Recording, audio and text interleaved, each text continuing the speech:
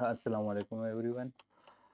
अच्छा, पिछले सेशन में हमने जो है स्टेट के हवाले से बात की थी कि स्टेट हमारे पास क्या चीज़ है और किस तरह वो वेरिएबल से डिफरेंट है।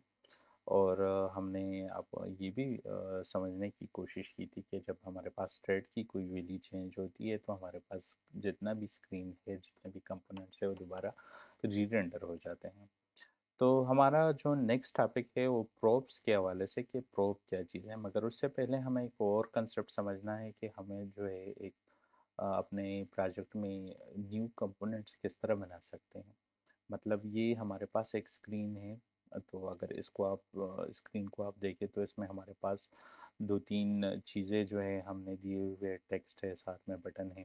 तो अगर इसको हमने जो है कंपोनेंट बेस पे शिफ्ट करना है तो क्या हम किस तरह कर सकते हैं कि अपने टेक्स्ट को एक न्यू कंपोनेंट में शिफ्ट कर सकें और अपने उस कंपोनेंट को हम फिर रीयूज़ कर सकें।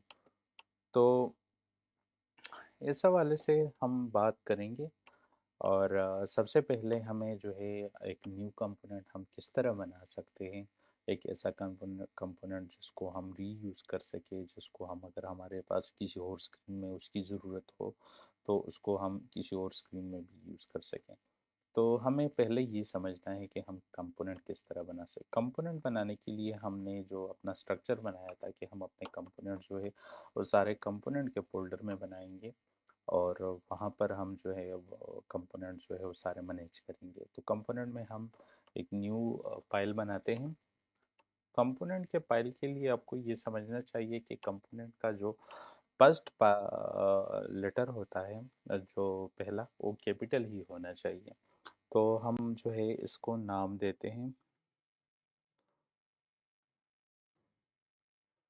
Showing text dot JS. अच्छा, अब जो है यहाँ पर हमने इसको, यहाँ पर हमने एक फंक्शन डिफाइन करना है। वही नाम जो है शोइंग टेक्स्ट वाला दे देते हैं। इसको हम एरो फंक्शन बोलते हैं।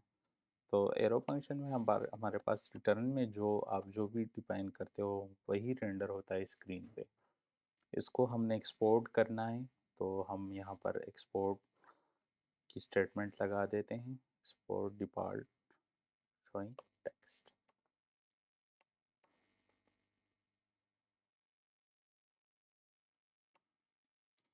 अब जो है हमने शोइंग टेक्स्ट को जो है यहाँ पर इंपोर्ट करना है। सबसे पहले हम जो है शोइंग टेक्स्ट के फाइल से अपने अपने कंपोनेंट को इंपोर्ट करेंगे। और अगर हम यहाँ पर डायरेक्टली टाइप करें नेम तो खुद ही वहाँ से इंपोर्ट हो जाएगी। ये जी हमारे पास हमारा कंपोनेंट वहाँ से इंपोर्ट हो गया। तो चूंकि हमारे पास अभी शोइंग टेक्स्ट जो हमारा कंपोनेंट है उसमें हमारे पास कुछ नहीं है, बस वहाँ पर हमने सिंपल टैग्स बना दिए हुए हैं, तो इसलिए यहाँ पर कुछ शो नहीं कर रहा। अगर हम यहाँ पर अपने कंपोनेंट में कुछ ऐड करते हैं, लेट सपोज हम व्यू ऐड करते हैं।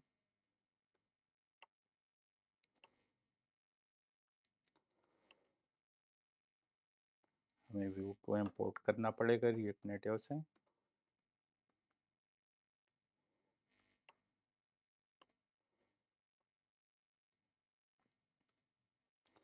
इसको स्टाइल देते हैं, स्टाइल ऑब्जेक्ट डिफाइन कर देते हैं। स्टाइल ऑब्जेक्ट के अंदर अपने सीएसएस के प्रॉपर्टीज़ डिफाइन कर देते हैं।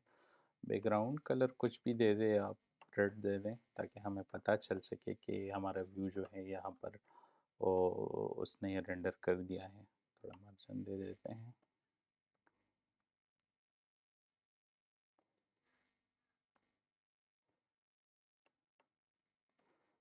हाइट दे देते हैं।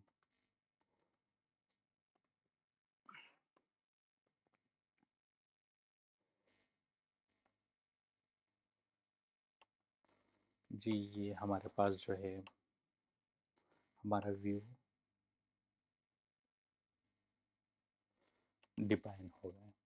अच्छा, ये हमने न्यू कंपोनेंट बनाया, उस न्यू कंपोनेंट में हमने व्यू जो है एक बनाया, और उस व्यू को हमने जो है उसकी कुछ स्टाइलिंग की, बैकग्राउंड कलर वगैरह, और वो हमने शो की। तो इस तरह से हमारे पास न्यू कंपोनेंट बन गया।